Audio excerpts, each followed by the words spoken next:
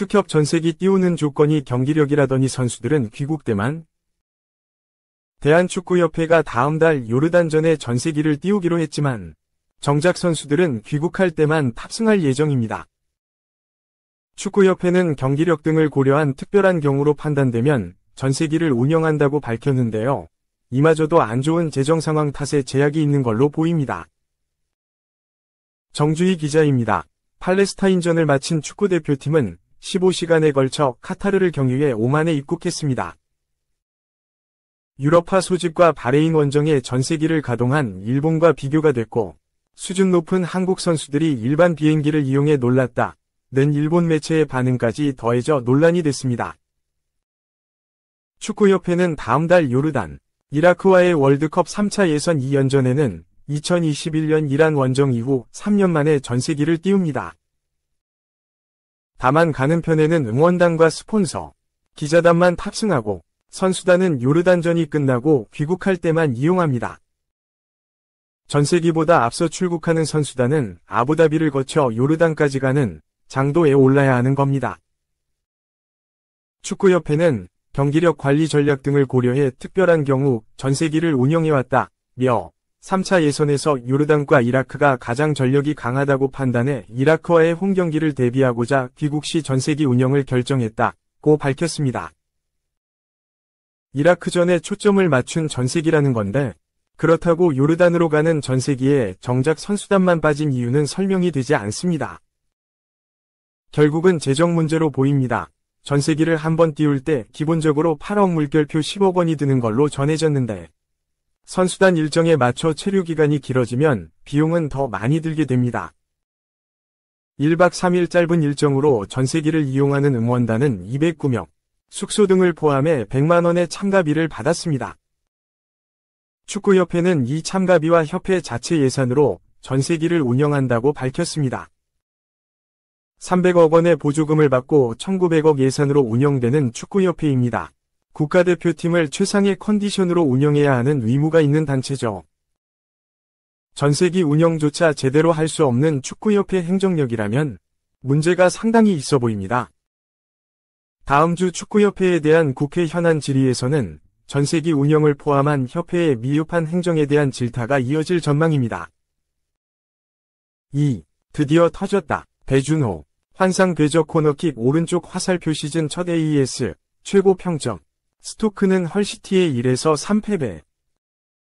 스토크는 21일 한국 시간 영국 스토크의 브리타니아 스티다움에서 열린 헐시티와의 2024에서 2025 시즌 잉글랜드 프로축구 챔피언십 2부 리그 6라운드 홈경기에서 1에서 3으로 패했다. 리그 2연패에 빠진 스토크는 승점 6, 2승 4패으로 리그 14위에 자리했다. 스토크는 최근 스티븐 슈마허 감독을 경질하고 스페인 출신 나르시스 펠라크 감독을 선임했다. 하지만 펠라크 감독은 데뷔 전 패배를 맞받고 팀도 분위기 전환에 실패했다. 스토크의 패배 속 배준호는 펄펄 날았다. 4-4-2 포메이션의 왼쪽 측면 미드필더로 선발 출전한 배준호는 풀타임을 뛰며 도움 1개를 기록했다. 올 시즌 첫 공격 포인트다. 0에서 0으로 팽팽히 맞선 전반 30분 스토크의 코너킥이 주어졌다. 배준호가 왼쪽 코너에서 올린 코너킥이 절묘한 궤적을 그리며 문전으로 날아갔고 벤 윌머시 헤더로 연결해 골망을 흔들었다. 윌머스는 배준호에게 달려가 포옹하며 고마움을 표했다. 하지만 스토크는 후반에 내리 3골을 허용하며 역전패했다.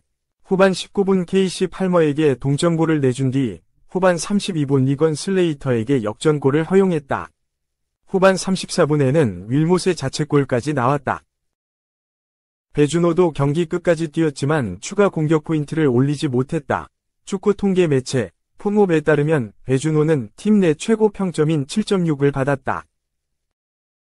도움 외에도 슈팅 2차례, 동료에게 기회를 열어주는 키패스를 3차례 기록했다.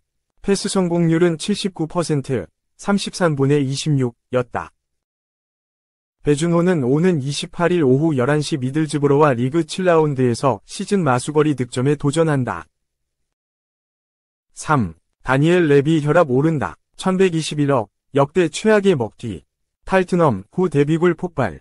니스는 무려 8에서 0대승. 토트넘 호스퍼가 뒷목을 잡을 만한 활약이다. 오지시 니스는 21일 한국 시간 프랑스의 알리안츠 리베이라에서 열린 2024에서 25 시즌 프랑스 리그왕 5라운드에서 생테티엔의 8에서 0대승을 거뒀다. 8골 폭격과 동시에 무실점을 기록하는 완벽한 승리를 만든 니스는 리그 5위로 올라섰다. 이날 대승의 주역 중 한 명은 바로 탕기 음돔벨레였다. 니스의 중앙 미드필더로 선발 출전한 음돔벨레는 전반 7분 만에 니스 데뷔골을 터뜨렸다.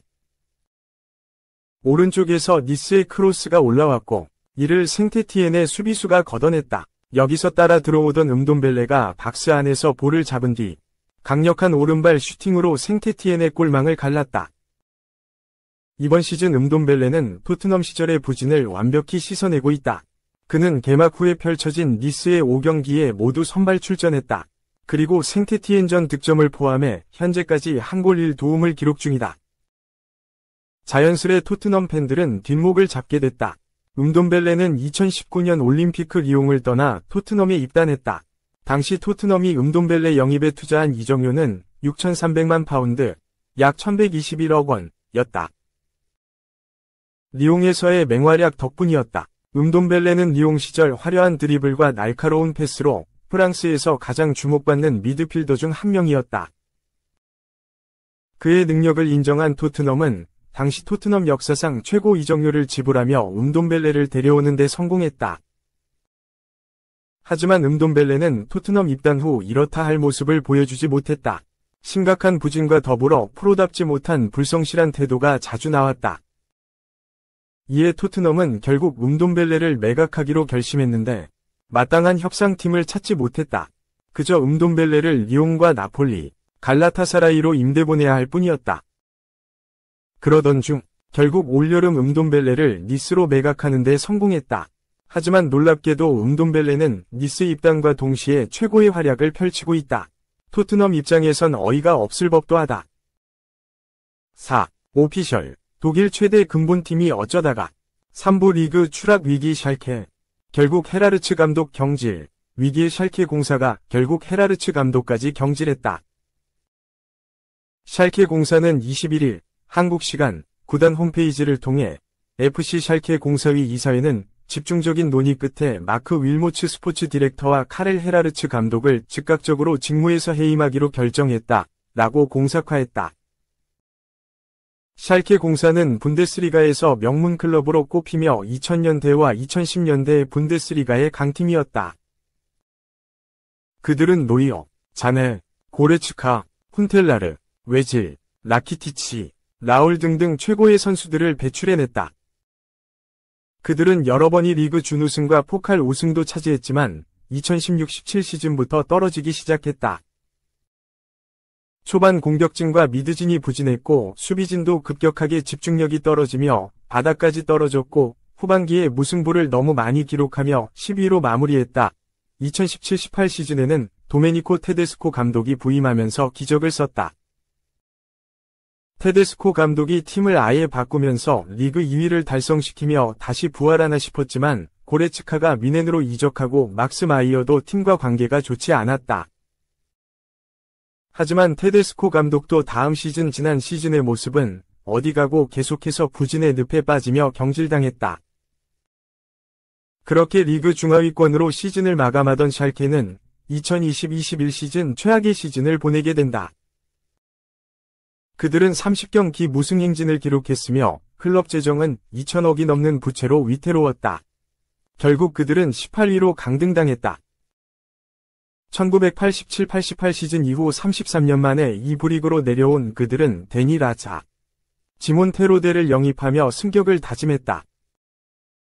그들은 2부 리그 레반도프스키인 지몬 테로데와 일본인 수비수인 이타쿠라 코의 활약으로 2부로 떨어진 지 1년 만에 1부로 다시 돌아왔다. 1부로 다시 올라온 지난 시즌 샬케는 또다시 아픔을 경험했다. 프랑크 크라머 감독의 전술 역량 부족과 2부에서 잘해줬던 데니 라자, 지몬 테로데가 부진하며 결국 크라머 감독은 경질당했다. 토마스 라이스 감독이 선임된 후에도 그들은 리그에서 꼴찌를 벗어나지 못하며 강등의 먹구름이 드리우기 시작했다. 그들은 그래도 후반기에 전반기와 달라진 모습을 보여주며 승점을 차곡차곡 쌓았지만 슈투트가르트와 보움이 떨어지지 않으며 그대로 다시 강등당했다. 지난 초반에도 분위기가 좋지 않았던 샬케는 지난 2023년 10월 헤라르츠 감독을 선임했지만 나아지지 않았다. 샬케는 승격 경쟁과 완전히 동떨어진 10위로 시즌을 마무리했다. 이번 시즌은 달라질 것이라고 믿었지만 시즌 초반임에도 불구하고 샬케는 6경기에서 승점 단 4점만 획득하며 14위에 머물고 있다. 결국 샬케의 이사회는 결단을 내렸고 헤라르츠 감독을 경질했다. 이사회 의장인 틸만은 헤라르츠 감독과 계속 함께하지 않기로 한 이사회의 결정은 단지 결과 부족과 다름슈타트전 패배 때문이 아니라 지난 몇 주 동안의 전반적인 부정적인 상황을 고려한 것이다. 라고 밝혔다. 그는 이어서 전술적으로나 축구적으로나 우리는 팀으로서나 선수 개개인과 관련하여 필요한 조치를 취하지 않았다. 그 결과 시즌 전반기에 3분의 1이 지나도록 하위권에 머물러 있다. 라고 덧붙였다. 16실점을 하며 현재 5경기 연속 무승을 기록하고 있는 샬케는 빠르게 분위기를 수습해야 하며 3부 리그 강등을 막아야 한다.